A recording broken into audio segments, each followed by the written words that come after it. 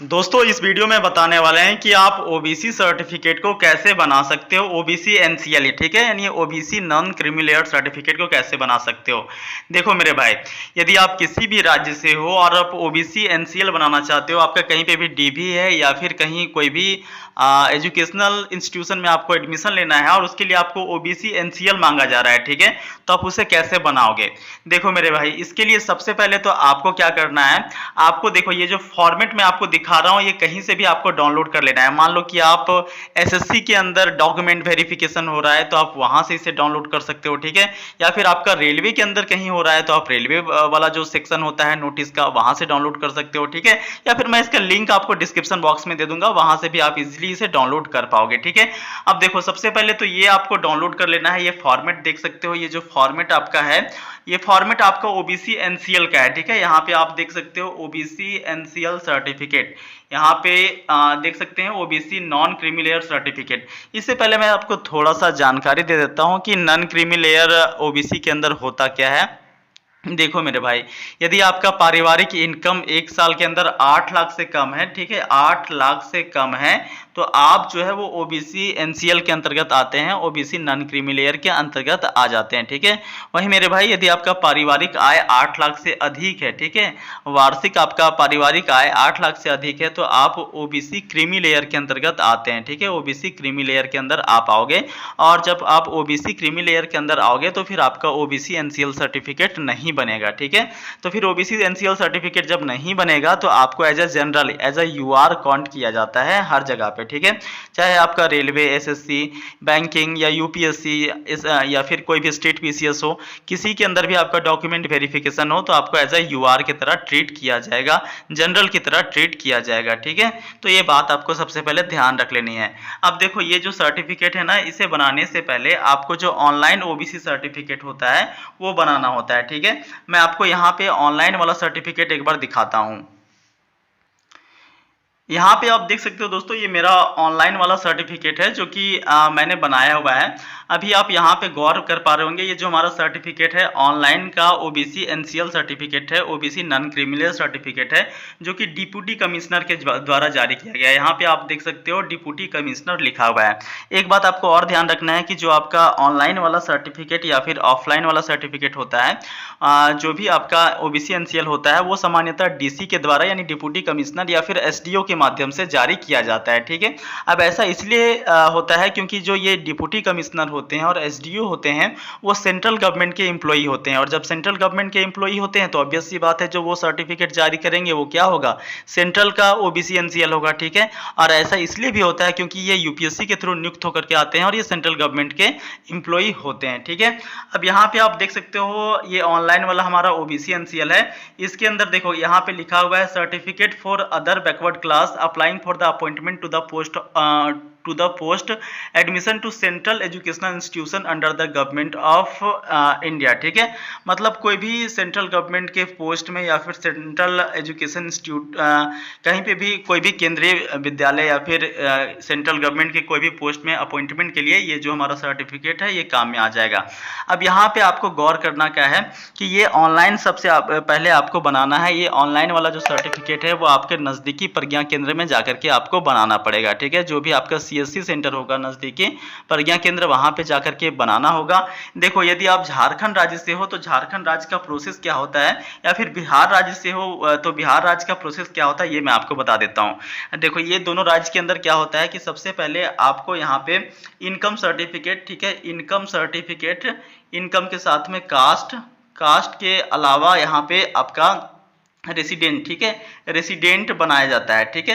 ये तीनों सर्टिफिकेट एक साथ में बन जाने के बाद में फिर स्टेट ओबीसी बनाया जाता है, ठीक है, स्टेट ओबीसी बनाया जाता है। स्टेट ओबीसी जब आपका बन जाता है तो फिर आपका सेंट्रल ओबीसी बन जाता है, ठीक है, सेंट्रल ओबीसी अप्लाई किया जाता है। तो देखो यहाँ पे झारखंड बिहार राज्य के अंदर ऐसा प्रोसेस होता है कि सबसे पहले आप इनकम, कास्ट और रेसिडेंट बनाओ, ये तीनों आपका एक बार बन जाएगा तो आपको स्टेट ओबीसी बनाना होगा। स्टेट ओबीसी एक बार बन जाएगा तो फिर आपका जो सेंट्रल ओबीसी है, जो मैं सर्टिफिकेट अभी आपको दिखा रहा हूँ, ये हमारा सेंट्रल ओबीसी सर्टिफिकेट है। ठीक है, यहाँ पे आप देख भी सकते हो कि यहाँ लिखा हुआ है सेंट्रल गवर्नमेंट के अपॉइंटमेंट के लिए applying for the appointment to the post. ठीक है, यानी सेंट्रल गवर्नमेंट के post under the government of India, यानी केंद्रीय सरकार के जो भी पोस्ट है या फिर एजुकेशनल इंस्टीट्यूशन है उसमें एडमिशन या फिर कहीं पे भी नियुक्ति के लिए ये हमारा चल जाएगा। ठीक है, तो स्टेट ओबीसी एक बार आपका बन जाता है ना, उसके 24 घंटे के भीतर ही सेंट्रल ओबीसी बन जाता है। ठीक है, तो इस प्रकार से आपको सबसे पहले तो अपना सेंट्रल ओबीसी ऑनलाइन वाला बना लेना है। एक बार आप ये ऑनलाइन वाला सर्टिफिकेट को बना लोगे तो यहाँ पे आपको ऑफलाइन वाला फिर बनाना है। ठीक है, ऑफलाइन आप कैसे बनाओगे वो मैं आपको बता देता हूँ। अब देखो मेरे भाई, मान लो आपको कहीं पे भी डॉक्यूमेंट वेरिफिकेशन में देना है तो आप वहाँ पे क्या कहता है, वहाँ पे कहता है कि जो फॉर्मेट है हमारा, ठीक है, जैसे आप रेलवे के अंदर जा रहे हो या एसएससी के अंदर जा रहे हो तो कहता है कि हमारे फॉर्मेट के अंदर आप ओबीसी एनसीएल सर्टिफिकेट लेकर के आओ। तो देख सकते हो ये मैं आपको दिखा रहा हूँ फॉर्मेट ओबीसी एनसीएल का। अब यहाँ पे आपको क्या करना है, एक बार आप ऑनलाइन वाला बना लेते हो ओबीसी एनसीएल सर्टिफिकेट, तो वहाँ पे जो डेटा है, ठीक है, जैसे यहाँ पे देखो, यहाँ पे लिखा हुआ है this is certified to Shri, यहाँ पे आपको अपना नाम डाल देना है। ठीक है, यहाँ पे आप अपना नाम डालोगे। यहाँ पे जितने भी आप डेटा को भरोगे ना दोस्तों, जो भी डेटा को आप भरोगे वो आप ऑनलाइन वाला सर्टिफिकेट देख करके ही भरना है। जो मैंने अभी आपको ऑनलाइन वाला सर्टिफिकेट दिखाया वो सर्टिफिकेट का सारा डिटेल्स वहां से देखिएगा और यहाँ पे आपको बस भरते जाना है। जैसे यहाँ पे आप अपना नाम भरिएगा, फिर यहाँ पे आपको अपने पिताजी का नाम डालना है, यहाँ पे विलेज अपने से नहीं डालना है, जो आपका लिखा हुआ है ऑनलाइन में बना हुआ है वही आप यहाँ पे डालोगे। फिर यहाँ पे डिस्ट्रिक्ट का नाम लिखोगे, ठीक है, यहाँ पे राज्य का नाम लिखोगे, यहाँ पे अपना जाति का नाम लिखोगे। ठीक है, जैसे मैं कुशवाहा कोयरी हूँ तो मैं यहाँ पे कुशवाहा कोयरी लिखूंगा। ठीक है, उसके बाद जो आपका सर्टिफिकेट नंबर है, देखिए जो सर्टिफिकेट नंबर है मैं यहाँ पे आपको सर्टिफिकेट नंबर भी दिखा देता हूँ।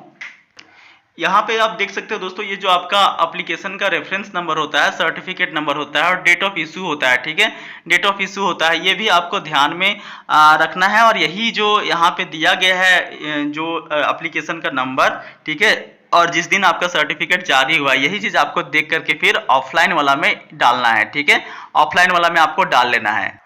अब देखो यहाँ पे जो सर्टिफिकेट नंबर है वो आप यहाँ पे डाल लोगे, फिर जिस दिन आपका जारी हुआ है ये आप डाल लोगे। ठीक है, फिर यहाँ पे आपको अपना नाम और फिर आपको अपना जिले का नाम और राज्य का नाम यहाँ पे डाल देना है। बस इतना करने के बाद मेरे भाई आपको जो है अपने नज़दीकी समाहरणालय होता है या फिर आप नज़दीकी अपने ब्लॉक के अंदर चले जाइएगा। वहाँ पे जो डिप्टी कमिश्नर का ऑफिस होता है, डीसी ऑफिस होता है, ठीक है, डीसी ऑफिस में जाकर के आपको जमा कर देना है। वो लोग साइन मोहर करके तुरंत जो है वो आपको ये सर्टिफिकेट दे देंगे। बस इसके साथ में आपको जो ऑनलाइन वाला सर्टिफिकेट होता है ना मेरे भाई, जो भी मैंने आपको दिखाया उसको साथ में लगा देना है। ठीक है, दोनों आप साथ में लगा दोगे तो ये लोग हाथों हाथ वहां पे आपको सिग्नेचर करके दे देंगे। फटाफट जो है वो सारा काम आपका हो जाएगा। और फिर जहां पे भी आपका डीवी होगा यहाँ या फिर जहां पे भी आपसे सेंट्रल ओबीसी सर्टिफिकेट मांगा जाएगा वहां पे जाकर के आप दे पाओगे। ठीक है, तो मैंने आपको ओवरऑल सारा प्रोसेस बता दिया कि कैसे आपको सेंट्रल ओबीसी बनाना है। सबसे पहले तो मैं एक बार फिर से आपको रिकॉल करवा देता हूं ताकि आपको कोई कंफ्यूजन ना रहे, क्योंकि सेंट्रल ओबीसी सर्टिफिकेट बनाने में बहुत ज्यादा लफड़ा होता है। ठीक है, सबसे पहले तो भाई आपको जो है ऑफलाइन ये जो फॉर्मेट देख रहे हो ये ओबीसी सेंट्रल सर्टिफिकेट बनाने के लिए ऑनलाइन वाला आपको सर्टिफिकेट बनाना होगा। ठीक है, ऑनलाइन वाला ओबीसी एनसीएल बनाना होगा। ठीक है, ऑनलाइन वाला ओबीसी एनसीएल बनाना होगा। ओबीसी एनसीएल जब आप ऑनलाइन वाला बना लोगे तो जो फॉर्मेट ये दिया गया है, चाहे फिर आप रेलवे के लिए जा रहे हो या फिर एसएससी के लिए, वहां से फॉर्मेट को आप डाउनलोड करोगे। उनका नोटिफिकेशन में फॉर्मेट रहता है, उस फॉर्मेट को आपको प्रिंट आउट निकलवा लेना है। और फिर जो आपने ऑनलाइन वाला ओबीसी एनसीएल सर्टिफिकेट बनाया है वहां से सारे डिटेल्स को देख करके आप इसमें भरोगे और फिर इसे जाकर के आप नजदीकी समाहरणालय या फिर डीसी ऑफिस के अंदर जमा करोगे। वो लोग हाथों हाथ आपको आपका जो ओबीसी एनसीएल सर्टिफिकेट है वो दे देंगे। ठीक है, उसके बाद आपका काम बन जाएगा। तो इस प्रकार से आप अपना ओबीसी एनसीएल सर्टिफिकेट को बना सकते हो। आशा करता हूँ ये जानकारी आपको पूरी तरीके से समझ में आ गया होगा। किसी भी प्रकार का कोई भी क्वेरीज हो या प्रश्न हो तो आप कमेंट बॉक्स में पूछ सकते हो। बाकी आप सभी दोस्तों से मिलते हैं अगले वीडियो में, तब तक वीडियो पूरा देखने के लिए बहुत बहुत धन्यवाद।